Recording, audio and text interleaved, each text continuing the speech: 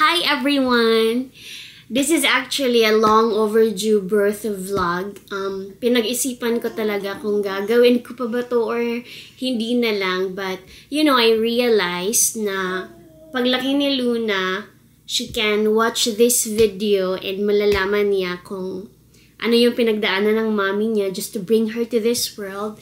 Plus, I also want to share my birth experience to all of you. So, yeah. This is my birth experience here in Japan.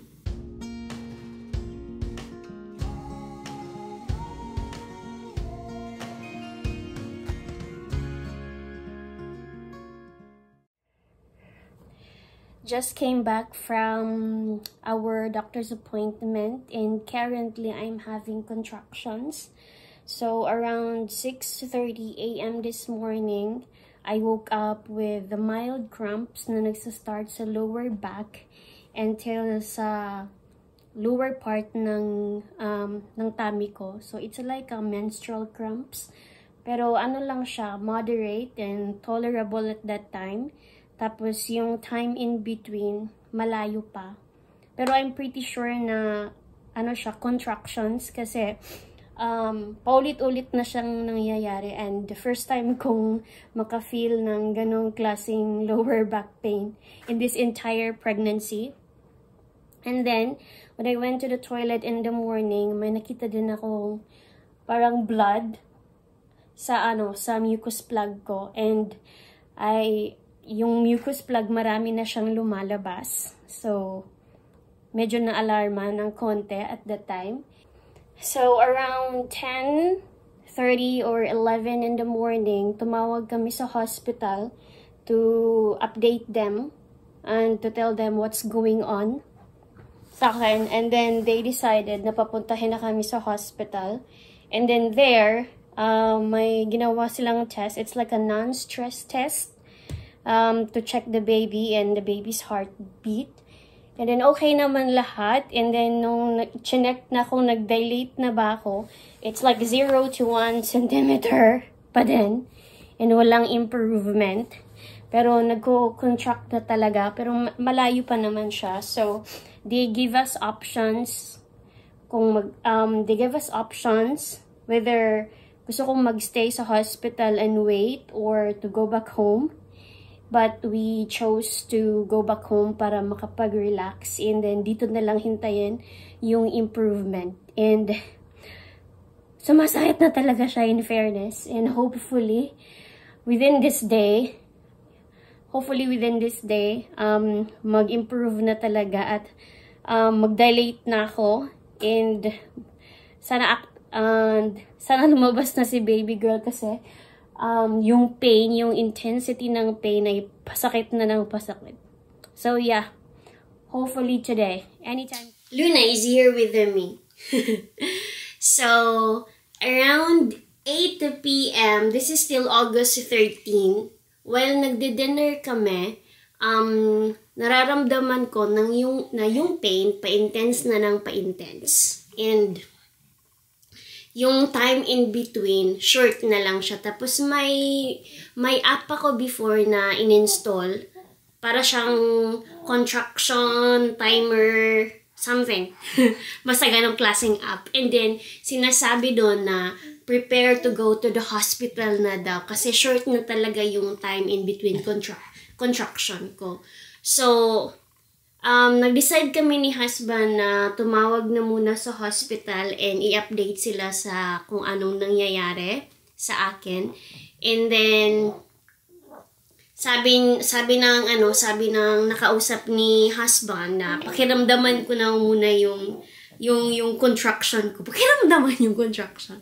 Yeah, I tried to maintain ang talaga calm. Kasi diba, in the morning of that, pumunta kami sa hospital. And then sabi ng doctor, I was just around 0 to 1 centimeter dilated. So feeling ko, wala pa to. Siguro malayo pa to. Kasi painful na siya, but hindi pa siya yung very, very painful. Pa-intense lang siya ng pa-intense. Parang ganun. Yes, you wanna talk? You want to talk? You want to talk? Ay! Let's wipe this one.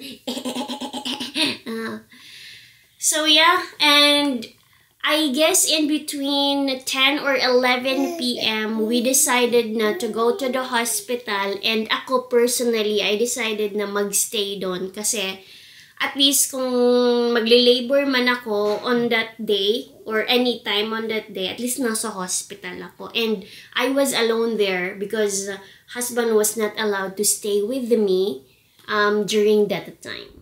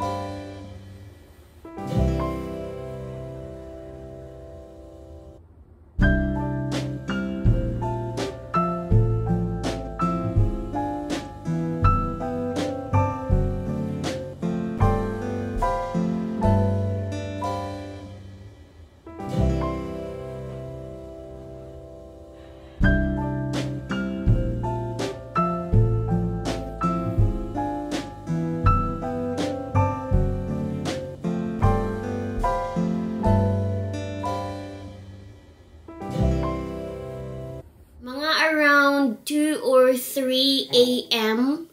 This is August 14 already. Yung pain na nararamdaman ko ay hindi ko na ma-explain. As in, super sakit na talaga. And sinasabi ng midwife on duty at that time na you try to sleep para may energy daw akong mag-push. And then I did. I really tried my best na makatulog, but hindi ako pinapatulog ng pain. Ang sakit-sakit niya talaga. And pag maupo or mahiga ako, mas feeling ko mas sumasakit siya. Kaya, lakad lang ako ng lakad doon sa room. And, basta hindi ko ma-explain yung feeling. Ang super sakit talaga. And then, fast forward between 8 or 9 in the morning, doon na yung, ito na yung time na pumutok yung, panubigan. Yes. Pero I feel like I was not like a fully dilated at that time. Kasi chinek ako ng doctor ko and then sabi niya wala pa daw. Pero I got transferred na doon sa delivery room. Past noon, I think I remember that was the time na nag-start na akong mag-push. I think fully dilated na ako at that time. And then, hindi ko ma-remember kung ilang oras akong nagpo-push. Kasi, my God, hindi ko na masyadong maalala yung mga time. Kasi, nung nararamdaman ko at that time, puro na lang pain. As in, masakit na talaga siya. Yes, it was so painful, Una-chan. So painful, my love. And then, I don't know anong meaning. Hindi ko alam kung anong meaning nito ha. But sabi ng doctor sa akin, nung nagpo-push na ako, kasi walang progress. Si Luna-chan, every time nagpo-push ako, bumababa siya. Tapos, bumabalik na naman siya sa taas. Hindi ko alam kung anong ibig sabihin, but hindi talaga siya fully maka-engaged na sa labasan. Yeah. Yun yung nangyari. Kaya ang tagal-tagal kong nag-push pero walang improvement. Hindi pa rin lumalabas ang bebe. Oh, hindi lumalabas ang bebe. Bakit kaya hindi lumalabas ang bebe? So, yeah. And then dumating na talaga sa point. Yes. Dumating na sa point na sinabi ng doctor na kailangan nilang tawagan yung husband ko to update sa mga nangyayari sa akin doon. Yes. And then, sinabi nila kay husband na kailangan siyang pumunta sa hospital. And then, oh yes, I know, I understand, my love. Oh, okay. Matatapos kaya tayo sa vlog, my love. Okay. And at this point, wala na akong ka-energy talaga. As in, uy, are you okay? Ay, oy. Oy, wala na akong ka-energy. Kasi imagine, wala pa akong tulog. Tapos hindi pa ako kumakain. Tapos ilang oras na ako, hindi ko alam kung anong ilang oras na akong nagpo-push. As in, wala na akong energy talaga. Mag-usap ni husband at nung doctor namin. In-explain nila sa akin na they will give me another 1 hour to push. Pag wala pa daw improvement at hindi pa lumabas si baby girl within that hour, i-emergency cesarean na daw ako. Kasi, si baby girl, she's okay. Walang sign na nasistress siya. Yung heartbeat niya, okay naman. Pero, according sa doctor, nakikita niya na wala na akong strength, wala na akong energy pang mag-push at pagod na ako and they don't want to wait na may something bad na mangyari pa sa akin before silang mag-decide na mag-emergency C-section. Nung sinabi na ng doctor sa akin na magpi-prepare na daw sila for emergency cesarean, super nasad talaga ako at that time kasi I really did my best, Lahat na ginawa ko para mag-normal lang yung panganganak ko dito sa baby girl namin. Pero siguro talaga may mga bagay na hindi umaayon, sa gusto natin, diba? So, ayun, nauwi pa rin sa emergency cesarean. After the surgery, hinatid na ako sa room ko and then I remember si husband binigyan nila ng 5 minutes para makausap, something like, basta 5 minutes lang siya nagstay dun sa room ko. And then, after ng 5 minutes, lumabas na siya kasi pinauwi na siya. And then, I was alone in that room. Oh, naiiyak ako. So, grabe kasi at that time, parang in pain pa ako. Tapos, ang raming basta something nakakabit sa akin. And plus nasad pa ako sa idea na emergency cesarean ako kasi I prepared so much para lang mag-normal delivery. But habang nakahiga ako doon, iniisip ko na lang talaga na ang importante, I'm healthy, I'm okay. Si baby girl, she's healthy and she's fine. Yun na lang yung pinaka-importante. So, kahit hindi nangyari yung normal delivery, kahit na cesarean ako, but, we're both healthy and we're both okay. So, yun na lang yung pinaka-importante at yun na lang yung iniisip ko para hindi ako masyadong masad sa mga nangyayari.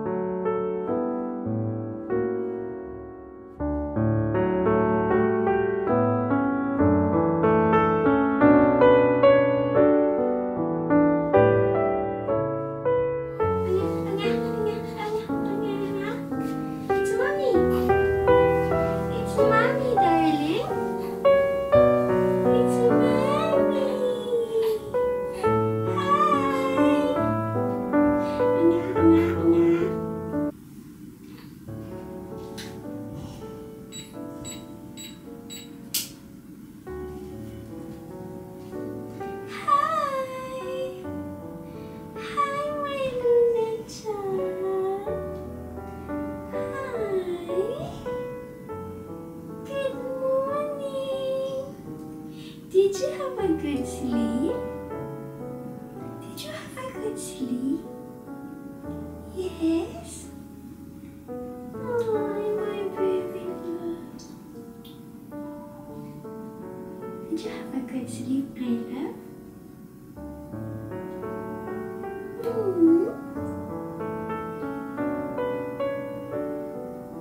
Ohio. Ohio.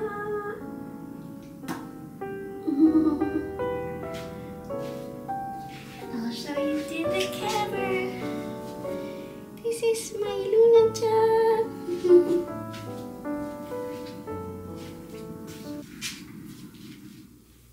The next day after ng surgery, first time kong pumunta ng nursery room.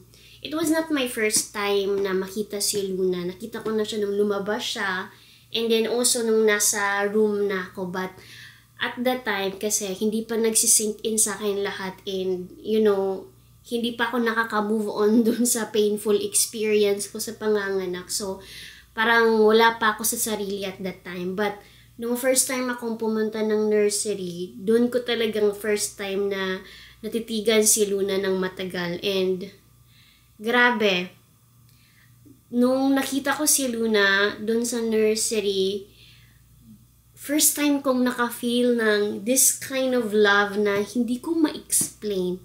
No, after sa traumatizing na panganganak ko, after all the pain, nung nakita ko yung face niya, her little face, little body, and little legs and hands, parang sinabi ko sa sarili ko, okay na ako, as in, nasisaryan man ako, grabe man yung experience ko sa panganganak, okay na. Kasi, look what we have naman. Super pretty, super healthy. Kaya, okay na, worth it na lahat ng pain na naranasan ko. Yung birth experience ko wasn't the one I had in mind. As in, super nagmamanifest talaga akong mag-normal delivery ka. Ginawa ko lahat, squat, walking, whatsoever. Lahat na ginawa ko. But, you know, nauwi pa rin tayo sa emergency cesarean. But, okay lang. Ang importante, healthy ako, healthy si baby girl, and we're happy. And so, yeah, that's it for this birth vlog. I hope nag-enjoy kayong panoorin to. And for Luna, kung makikita man niya tong vlog na to in the future, gusto kong malaman niya na she is loved. And kahit super painful man yung naranasan ng mommy niya, it was all worth it na. Thank you for watching, everybody. Please subscribe on our YouTube channel and leave us a comment. We love to read them. See you again on our next vlog. Bye-bye!